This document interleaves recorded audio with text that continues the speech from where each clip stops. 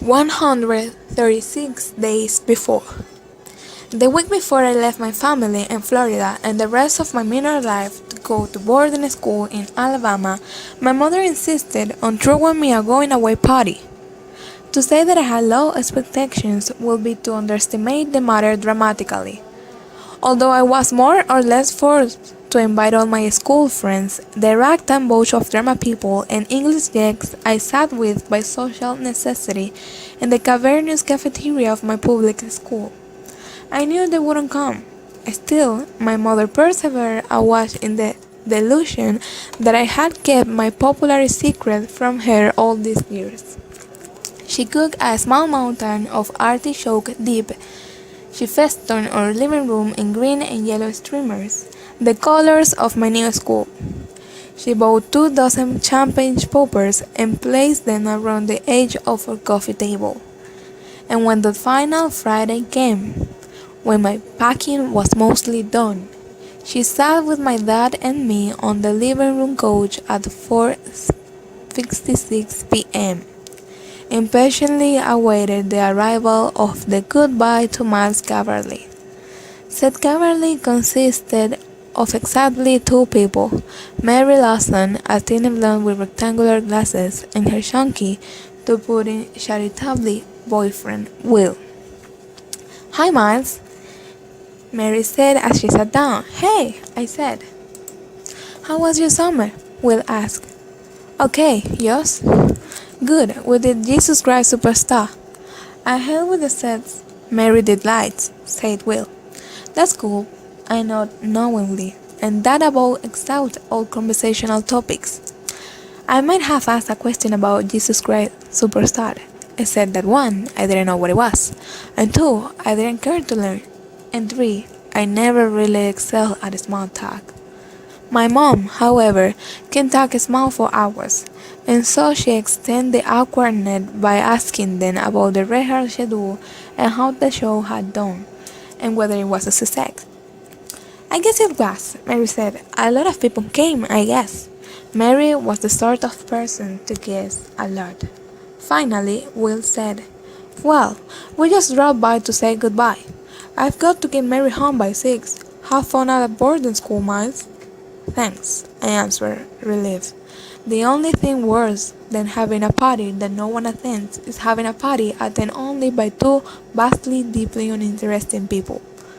They left, and so I sat with my parents and stared at the blank TV, and wanted to turn it on, but knew I shouldn't. I could feel them both looking at me, waiting for me to burst into tears or something, as if I had known all along that it would go precisely like this. But I had known.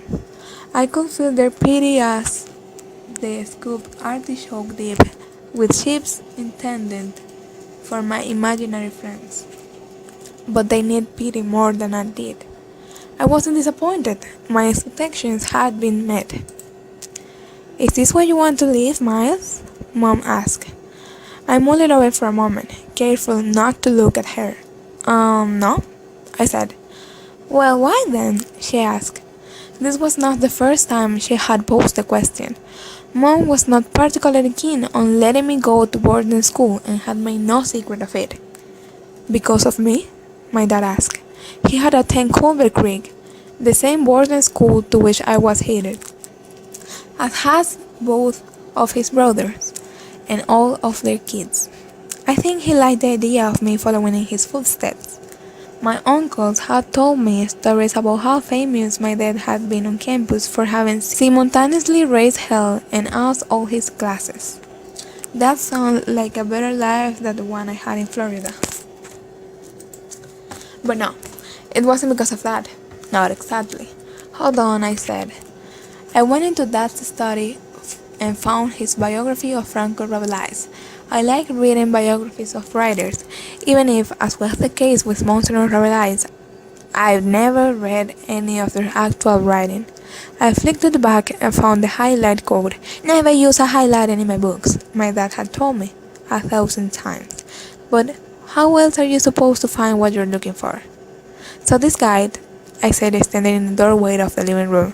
Francus realized he was his poet, and his last words were, I go to seek a grave perhaps. That's why I'm going. So I don't have to wait until I die to start seeking a grave perhaps. And that quieted them. I was after a grave perhaps, and they knew as well as I did that I wasn't going to find it with the likes of Will and Mary. I sat back down on the couch between my mom and my dad put his arm around me, and we stayed there like that, quiet on the couch together, for a long time, until it seemed okay to turn on the TV. And then we ate artichoke dip for dinner and watched the History Channel. And as going away parties go, it certainly could have been worse. Hey guys, as you can see, this is my first video in this channel, and this channel is made for you to enjoy all the magic of the books, and also if you're learning English, you can use it to practice your listening and your pronunciation. If that's the case, it'll be perfect if you listen to me while I'm reading and you read by yourself the text I put in this video. Please subscribe to this channel if you want to just enjoy the rest of this book and so many more I'll be doing these days. Also, please activate the notifications so you won't miss anything. Give it a huge thumbs up if you enjoyed the video and share it with your friends so they can also enjoy it.